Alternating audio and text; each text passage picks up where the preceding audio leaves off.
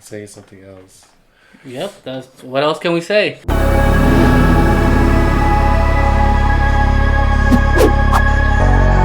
What's up, Crown community? Welcome to another amazing episode here of Crown Gambit.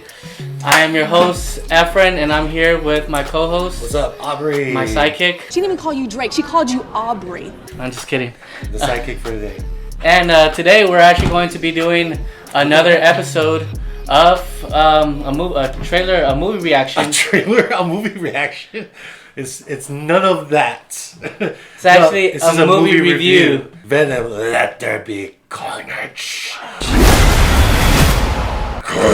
Is that good enough? Carnage. Now, we definitely just got out of the movie theater. We decided to come here. He watched it twice. He actually liked it. He watched it first, and he said, "Oh my gosh, I give it an 11 out of 10." I didn't say that. But I will give it a 9 out of 10. He gave it a high score, so I've been wanting to check it out since the trailer. I watched it twice. First time he was going to be coming with, but fortunately things came up. So then my kids, I already told my son, let's go watch it. He was so excited to go watch it, so we went to go watch it. But there was a few scenes that I couldn't watch because they had to go to the restroom, so I had to take them. And so then when rewatching it again, some scenes actually clicked or kind of came together where I was just the ones that you questions. missed. The ones that I missed. So it definitely was really good. And for me, one of my favorite characters is Venom in the Marvel series. Besides in the Marvel universe. In the Marvel universe, sorry, probably besides Wolverine. So. Oh, sorry for Wolverine. Wolverine's Yeah. your second. Okay. Yeah. I don't even know if I have a favorite because there's so many good characters out there. I like to love them equally, so I don't want to be biased and just have favoritism to with characters. Yeah, but you can have it. Post a comment below. Who is your favorite superhero or supervillain or Marvel character? Post it down below in the comments. In this review, we're gonna talk about first the good. It's not gonna be in order, but we're gonna talk about the good, the bad, and the ugly. And the Easter. And the Easter. And the ugly. And like some of the Easter eggs. And I'm sure for those who've seen this film, you already know what we're going to be getting into, especially with the post-credits. But we'll get into that. But first we'll talk about the good. So let's start with you, Efren. Since you watched this twice, because you wanted to watch a second time, let's talk about all the good stuff that you like about the film. Well, the good stuff that I actually liked was, I liked the way that they had created the graphics, the CGI. Mm-hmm. It would look so realistic. I agree. The CGI is really good. It was so realistic. The way that they made Carnage was just insanely, they made him super powerful, insane. He's even bigger than Venom. Yeah. He was never that size in the comic. I mean, I guess he can stretch himself because he is a symbiote, and symbiote has some sort of a water ripple type of element. Because even when you see Venom's face, it has the water ripply effect on the CGI. Yeah, CGI on the close up, and he looks very liquidy, T-1000 from Terminator. Remember him? And he runs like this. With facial expression. All serious. Yeah, T-1000. I like the storyline was pretty cool. I mean it wasn't far by the best, but still. We're talking about the good first. Yeah, the good. So, we'll I said, it was the bad part. But still, the fight scenes were just insane. I agree. The moves were just amazing. The choreography with the CGI fighting. That was dope. I like the part where, okay, cool, we get to see the symbiotes fight, but also at the same time, we can also transition to the humans fighting. With Woody Harrelson and Tom Hardy, they fight and then they transform into the symbiote and then they fight again, and then they go back and forth. I'm okay, cool. Yeah, that was pretty cool. We get to see some of the actors do a little bit of choreography because this is all CGI fight. Oh shit! Yeah, that was amazing. Juggernaut versus Colossus in Deadpool 2, all CGI fight. Dope. Hey, pick on someone your own size. Big CGI fight coming up. That was a good fight, but that was a really good fight. It's just all CGI. Most importantly, to me, was just having to watch Carnage finally come to life. That move that he made when he turned into the tornado. Comic accurate too. Looks just like in the comic, but better. Yeah. But really much more realistic, scary in a way. Graphics are really good. Yeah. Graphics are really good. I've seen bad CGI done in a big blockbuster film. And it's like, dude, you guys couldn't have fixed this up and get your After Effects people to like clean this up because it looks a bit rough, but this one looks really, really good. And they spent a lot of time towards the end of the scene at the church, the fight scene. Oh yeah, I thought it was just gonna be the red wedding. the red, And the red wedding Starks. the Starks, where the Starks got killed. Yeah. No, No. mother.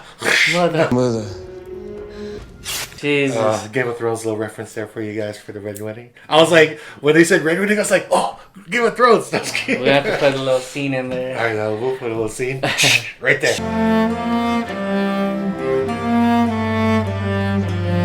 I just like how Eddie Brock and how Venom are like they're like a chemistry. yin yang. Their chemistry, Their the way that chemistry they is really are, good. I they're agree with just that. like perfect team. And it's Yeah. just making me wonder like what's gonna cause Venom, because still they haven't shown the fact that Venom ends up having to meet Spider-Man, and then he ends up having to. Well, in the comic books, it's not comic accurate. In the comic books, Eddie Brock and Spider-Man knew each other already, and Eddie Brock is supposed to be a little bit younger because they're like almost the same age, maybe a little bit older than Spider-Man, but not that old. But it's okay, you know. But in the comic books, supposedly the symbiote transfers to attaches to And Peter that's Parker how he- first, and then later on it leaves Yeah, that's when. Peter and it goes to Eddie Brock. That's when Spider-Man ends up having. But to they're fight both with the- hosts because, like in the film, the symbiote can't survive not until it finds the correct host. It has to be a compatible host. If you're doing a transplant for a liver or a kidney, you have to find like the right person with the right blood type. Yeah, but with Spider-Man, that was a perfect match. That's why he Yeah, became, both of them. you know. Both of them. Peter and Eddie That's- Brock that's were how he- like the rarest compatibility. So I'm just trying to wonder what's gonna happen. How are they gonna make that into a reality? Well, okay, that's Easter egg. We'll talk about that. Yeah, later. We'll talk about that. Perfect. But yeah, other than that, What- just the chemistry is just really. Venom was hilarious, man. He Yeah. is such a high spirited Yeah. symbiote. Like the way that he carried himself. He's was such a cool. jokester. Yeah. I think Venom talked more in this film. Yeah. Then I think the camera was. Dude, you know what's he hilarious? just stole a lot of the scenes because was- of his jokes, and he's a homeboy. He's like Yeah. he's like your Rough Rider. He's your wingman type of guy. Mm-hmm. He's the guy that you talk to. Very smart, too. I mean, he is an alien, but he's a person to talk to after a breakup kind of thing. He's like, hey, let's go do something real quick. Yeah. Let's I'll go help, eat. Let's I'll go help eat us get something. through. Yeah, I'll help us get through this. Yeah. Yeah, and the way I think my favorite scene was when Venom was at that event, and everybody was all cheering on him. Hey, it's a cool costume. He's like, yes. He's like, Yeah. Eddie did not want me. He wanted to keep me all hidden. It's like- I am free. It's like finally somebody supports me, or finally Yeah. somebody cares about me, or Yeah. sees me For who I am. Who I am, not like Eddie. You know? Like Eddie, I am free now. Because after the breakup, so That was funny. After the breakup, it's like how a person would act after a breakup. Like, man, he never appreciates me, but you guys appreciate me. My boys. But yeah, so that was a lot of things that I liked about that film. What about you? I mean, I agree with the CGI effects. I love that. I was looking for someone who does a lot of like editing, who studies like After Effects and who does all that stuff. I do study all their CGI. I mean, some parts were a little bit rough. I do like that one effect when Cletus Cassidy was talking about his story, and you see like the art. Oh, that was dope. Art, wow. Yeah, the And animation. The animation. That was cool. I thought that was pretty. Yeah. I don't know too many films. There are some films that do that, but not too many done it like that. So I really like the art. It was kind of like a kid's drawing. That was graphic. Yeah. It was like really graphic. Yeah, how he talks about his story about pushing his grandma down the stairs, killing his mom by throwing a hair dryer, drilling his dog. That got to me hard. Yeah, I was like, dude.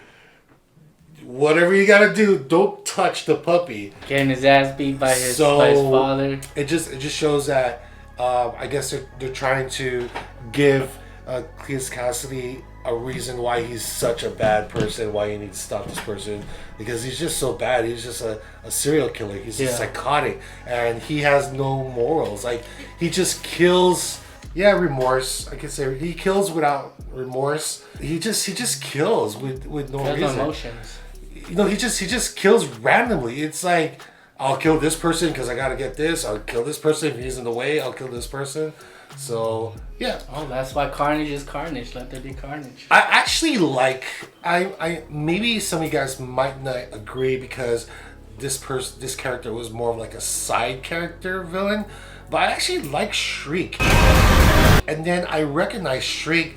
She's been in a lot of films. Naomi Harris. If you guys have seen some of the Bond 007 Bond films with Daniel Craig, Naomi Harris is Moneypenny.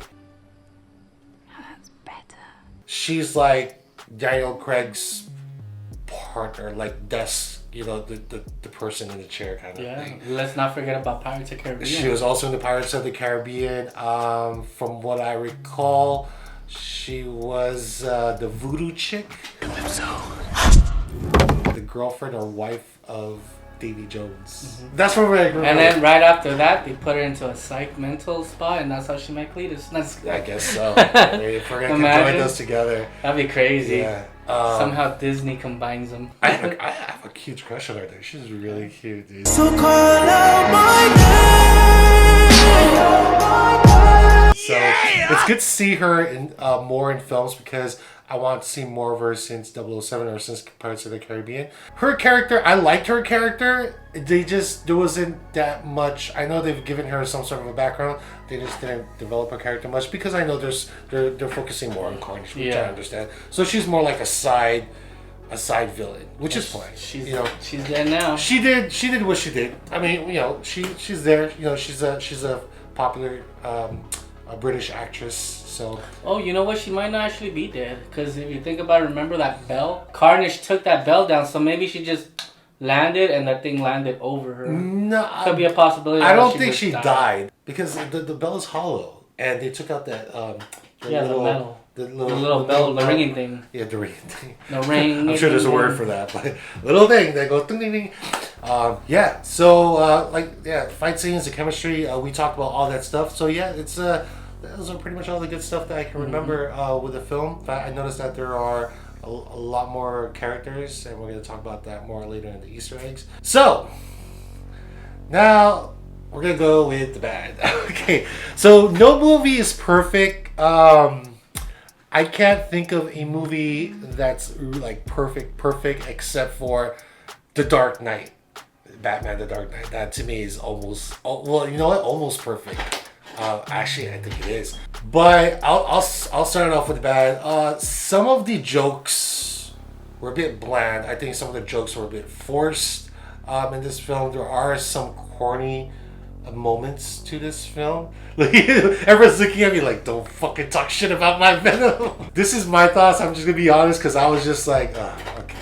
There are some corniness. I mean, there were those. Okay, like the one part when Venom had like strobe lights around him, I thought that was kind of cute. That was adorable at first, but when he started talking and then the strobe lights were around him, and then the actors that were responding to his emotions in that was it a club like a Mardi Gras? It looked like a rave. Not a Mardi, like a rave, right? But then everyone's all dressed up. I thought it was a bit corny because I get that we want to hear more Venom talking, but I actually like Venom talking more with Eddie Brock, not when he's really just by himself, because I mean that's that. But like I love their chemistry, so that part was a bit much for me. It had all that neon colors, all those lights reminded me of Batman and Robin. Batman! And I was like, no, dude. I was like watching this. I was like, no, don't. Please don't make the scene too long, dude. And Venom just kept on talking and talking about his feelings, and I was like, bro. Stop. Like he was on ecstasy or something. Dude, like, and everyone is. There's some parts too where it's like everyone's just like responding to everything Venom's talking about. Oh, Brock's this, and everyone's like, yeah, you know, alien lives, whatever. I'm like, dude, stop. I don't understand how like the crowd was just cheering them on when they have no idea who Venom is talking about. Like, who the frick is Eddie Brock? Is that your boyfriend or something that you just broke up with? So, things like that. Some of the jokes didn't land. And the story can be a bit typical as far as, like, origin. But again, there are a lot of good things about this film that kind of outweighs the bad part of the film. So it's not. I'm just saying this. It's not perfect. I didn't like that they killed Cletus Cassidy right away. I don't know if Efren heard me, but when Cletus survived that one fall and his leg was broken, I thought, okay, Cletus is gonna kind of not redeem himself, but he's gonna say something, and he did. And he's like, "Oh, I just want to be your homie. I just want to be your friend." That part was kind of funny, but when Venom goes, "Fuck this guy," eats him out. I was like, so are we not gonna have a Carnage anymore? Like, you just killed them all so quick, and that's what I hated about the original Batman, Tim Burton Batman films. He killed off all the characters so quick. I don't like it when they kill off the characters too quick, because I always believe that there's more development for them in the future of the franchise or the future expansion of this. I just feel that might just be in the multiverse. Maybe. I mean, they might come out. But see, it's like Marvel is like cheating now, cheating the debts. Well, they're not. They're using Loki. They're using Wanda. It's their way of like cheating the debts of like this character. So nobody really dies in the Marvel universe if you think about it. Nobody really dies. I mean, Coulson's supposed to die in Avengers. And what happens? He comes out like Agents of S.H.I.E.L.D. Don't spoil it because I haven't seen the whole thing. Well, there's reasons behind that. I know, okay, I know. But like I said, Marvel likes to cheat things. But I mean, instead of like doing the cheat debts, just don't kill him off. Just don't kill him. Just arrest the guy, put him back in the asylum, and call it a day. And maybe he'll escape in the next few sequels of Venom. But that's pretty much my grade. Pretty much it. That's it. That's all I have negative about it. Again, the story can be a little bit bland. There was not that much Venom in the beginning. We get to see Venom towards like the middle and the end, which is cool. But that was it. Nice. Well, for me, there was really not much. He's all looking at me like, fucking talking shit about my Carnage. Nah, I mean, for me, there was really not much. I mean, I know there was a lot of like corny little jokes and stuff like that. There. But, that's what makes it part of it, because it's like this, the new generation of people. That's kind of like how they perceive. No, you can't. Yeah, they do that. You can't make a film with corny jokes in it. But I get it. It's symbiotes. It's Venom. But dude, like Spider-Man was good. They didn't have to go corny with that. Like his villains were actually pretty good. Some Spider-Mans were actually Vulture corny. was a good villain for Spider-Man. Vulture was a good villain for Spider-Man. Who was the second villain? Who's the second villain? But wasn't there some corny like things that Vulture was doing as well, like in that movie? I don't remember. Every movie has its own little parts. No, I know. That's what I'm saying. They try to throw some joke into film, it. Exactly. No film is perfect. Yeah. Like, there are some like jokes that they just kind of shove it in there and like just really push it. But that's pretty much it. As much as story wise, it was a bit bland. I mean, but I still enjoyed it. I still liked it. Like, this is something I would watch maybe 2 or 3 more times. I'll probably keep watching it again. If I was to compare it to the first Venom, I think the first one is a bit stronger than the second one. Of course. The first one because of his origin, because we get to learn about Venom. I mean, this Venom is completely different from the comic books. This Venom is very talkative. If you watch the anime series of Spider-Man and Venom, like Venom's all like, and he's like, I'm gonna eat you, and he's all about like, I hate you, Spider-Man, I hate you, Peter. But because Peter's not in this universe, until of course at the end, we find more of like a comedic Venom, and I like it, but sometimes they do it way too much. But I just feel like Venom does that because in his hometown he was rejected, like nobody wanted him, so he was like, like shunned from where he was from. He's a loser. So he's a loser. So when he comes here, he has a chance to become a different person and change his Effort's bad at me right now. I'm talking shit about. I'm saying that could be a reason why he changes his mood. Mm-hmm. You know, like that could be a reason for it, or I mean, I wouldn't really know for sure why. So you have too corny. You have no negatives for this film. Not really. Every time with films, I never look for the negatives. I always just look for the. You kind of. I mean, I don't look for the negatives, but sometimes it's just there. It's like, bro. Yeah. Bro, if you want to see a negative film, I mean, if you want to see a really bad film, watch the Fantastic Four, the latest one. But anyway, but yeah, that's pretty much it. That's my only gripe towards the film. It's not perfect, but I did enjoy it. Now let's get into the little Easters that I've caught.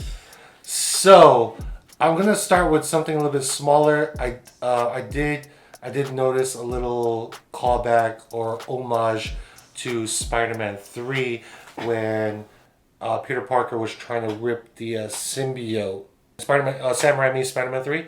Tobey Maguire, Peter Parker was trying to rip the symbiote by using the bell. The bells, and they use that same bell in the Spider-Man animated series to rip the symbiote out. So he can go back to Eddie Brock. That's how he found out. Oh, it's the sound that it hates. So they use that bell like 3 times already, and I'm like, oh, that's pretty cool. That that's kind of like weakness. Their little trademark, and the fact that it's a church again, and it's like, oh shoot, this is where Eddie Brock got his symbiote in Spider-Man, Sam Raimi's Spider-Man 3. He's there again at the church, so it's pretty cool. I think that was a nice little homage. Another one was when Cletus Cassidy was writing a note while he was writing a note to Eddie Brock, writing his love letter to his homeboy. A little spider comes out, and then he says the word, oh, this is not an origin story, and he slaps at Spider-Man. I was like, oh, that's a Spider-Man Peter Parker callback homage right there. Also, I would say like the officer who had his eyes. What did he say? He said monsters. So then we, having to find out that. Yeah, I didn't know too much about it, so we cheated a little bit. Like, who is this person? Patrick Mulligan, he ends up transforming into Toxic. Yeah. So that's another symbiote. So that's gonna probably like lead into Venom either fighting him or who knows what's gonna happen. But I didn't catch the part where, like, how did he turn? Because I know he was fighting Shriek for a minute. Where did he get this? That's true. Yeah. Maybe during the time when what's his name, Cassidy kidnapped him, because he was the one who took him. Oh yeah, wrapped around him. Maybe he took a piece of either that or must have shoved his maybe put a little bit of himself, put a little bit of his just blood. in case if he died. So I noticed that if you get some of the symbiote into your blood, that alone turns into, in this origin story of Cletus Cassidy, him turning into Carnage, was not only did he some of the DNA blood from Venom, from Eddie Brock, which Venom, because he has Venom blood, really pressured his power, was the poison that they were. Remember, I think, were they gassing him or something? Yeah, when they were about to gas him, and they were using some poison, and I think that kind of like ignited the symbiote to really open up in them, and that was crazy. I love that part though. By the way. Yeah. Oh yeah, that part where he was born. But I think that is what poisoned the blood, because that poison that was going inside created, and that's infused it and created a new mix of symbiote called the Carnage. And then from there, maybe that same poison went on to Detective, and probably, and then that's what created Toxin. Mm-hmm. Yeah. From the Toxin. So I like the fact that, well, this is another good part. I like the fact that they are little by little introducing new characters for us to see, because we pretty much know that there's going to be a Venom 3. I don't know what they're going to call it, but we're going to have a new one. Mm-hmm. So probably going to have another symbiote. I mean, who else can fight Venom but a symbiote, right? So the biggest Easter egg is, of course, post credits. Most Marvel films have post credits to leave you a little cliffhanger or what's to come for the next film. So Eddie Brock is like sleeping, talking to Venom, having their pillow talk in his apartment at nighttime in the city, and Venom goes, "Oh, us symbiotes, we've traveled in like galaxies, and we've experienced barely a fraction of what you humans know or whatever. And the whole room vibrates. Yeah, and turns into something else. A hotel suite. He sees a towel. He's like, dude, that's a, because you know if you go to hotels, they shape a towel as like a swan or a little goose or whatever. And he sees one of those towels shaped like a swan. I'm like, dude, that's a towel. That's a towel. And then you see the background is like palm trees. So he's like in the Bahamas or the Caribbean or something. And what happens? And then he ends up having to find Spider-Man. So that's kind of. Well, we first hear J. Jonah Jameson's voice. Yeah. We hear J. Jonah Jameson's post credit from Far From Home. Brace yourselves, you might want to sit down. Spider-Man's name is Peter Parker. What the He caught very much interest in him. He's like, Venom. yeah. Yeah, so he knows. So he knows that he's gonna be compatible. Yeah, with him. So every time they get into a breakup, because this whole story was about sometimes like we have this love and hate relationship. I don't agree with what you do, and then Venom says the same thing, like, I don't agree with what you do because you're a wuss and you're making me weak. And then Eddie Brock's like, dude, you can't just eat people, you can't just do this, you can't just tell me what to do, I'm in control of my body. So they kind of break up. The whole story was about basically Venom trying to find another host. But he couldn't find anybody who's compatible because it's kind of like getting a kidney transplant. You have to find somebody with the right blood type, all this and this, it has to be healthy. And every host that Venom gets transfers into dies like quick or within a certain amount of time. So Eddie Brock was like the only host that he can live on for a very long time. So I guess he says that, okay, Peter might be another one. And I think that Venom's been transported because of the Doctor Strange spell. Yeah, so and then that's kind of what brings him into his next movie. Now he's part of the MCU. Yeah, so that's gonna be pretty amazing to watch. You know, amazing, like Amazing Spider-Man. Yeah, Amazing Spider-Man, exactly. It's gonna be a spectacular film. Yeah. So, yeah, that pretty much wraps up our review of the movie. I give it a 4 out of 5. You give it a, what do you give it a? Oh no, out of 10. What do you give it? It'll be 8 out of 10. Yeah, 8 out of 10. I give it a 6.5 out of 10. No, actually, no. I'm gonna go up a little bit. I'm gonna give it a 7. It was entertaining. It was both entertaining. Again, it wasn't perfect. There were some flaws to it. 7 out of 10, and he'll still watch it 3 to 4 more times. I will watch it 3 or 4 more times because I just. That's how you know it's not a 7 out of 10. I call Do it you watch the pleasure. Fantastic Four still? Which one? The one that you were talking about that Which was one, terrible? The most recent No, one? I only watched it once. And So then there you go. And that's how you know. That was really bad. But there are films that are so bad that it's so good. So it's considered a guilty pleasure of mine. Just like sugar is bad for me. But I'm still going to eat it because I like it. So, yeah. But I will give it, a 7 out of 10, which is a pretty decent score for, something that's not perfect. And, yeah. Yep, that wraps it up. That's pretty much wraps up our review for Maximum Carnage. Yeah, you guys let us know what you guys' thoughts are. If you guys enjoyed this video, hit that like button. Don't forget to subscribe if you haven't had a chance. Help support our channel. Also, if you guys like to be able to be a part of our membership, we do have our Patreon page where it has 3 different tiers, which each tier has its own benefit. So you guys can go and check them out and see all the different types of benefits that each tier has. But let's say if you guys don't want to be a month-to-month based membership, we do have our buy me a cup of coffee where you guys can donate anywhere from $1, $3, $5, or whichever it is you guys want to donate. That'll be greatly appreciated. I'm pretty much done for today. If you have any You're done for today. I still got a lot of stuff to do for there you go. So I guess we're not done for today. We're done for this video. But yeah, everything that Efren said, you pretty much matched it up. Efren, where can they find you? Oh, you guys can find me at Efra Santos on Instagram. Efrain Santos, and then you can find me on @freely_81. Crown community, thank you so much for all your support. We love you. 1 million. 1 million. Appreciate you guys. Peace out. Peace. Guys.